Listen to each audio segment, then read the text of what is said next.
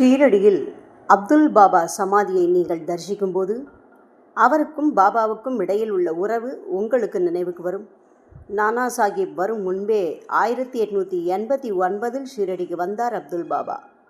அதற்கு முன்பு நாந்தேட் என்ற இடத்தில் அம்ருதீன் என்ற முஸ்லிம் துறவியுடன் இருந்தார். பக்கீரின் கனவில் வந்த பாபா 2 மாம்பழங்களை கொடுத்து, இவற்றை அப்துல்லிடம் எனக்காக தந்து அனுப்பு என்றார். அவர் வந்தபோது எனது காக்கை வந்துவிட்டது என மகிழ்ச்சியில் கத்தினார் பாபா. ஷாம் கர்னா என்ற குதிரை லாயம் உள்ள இடத்தில் அப்துல் பாபா தங்கிக் கொண்டிருந்தார்.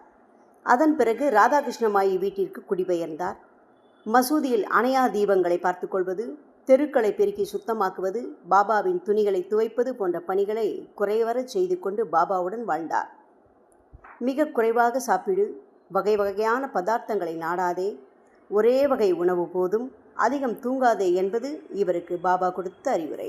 ஓம் சாய்ராம்.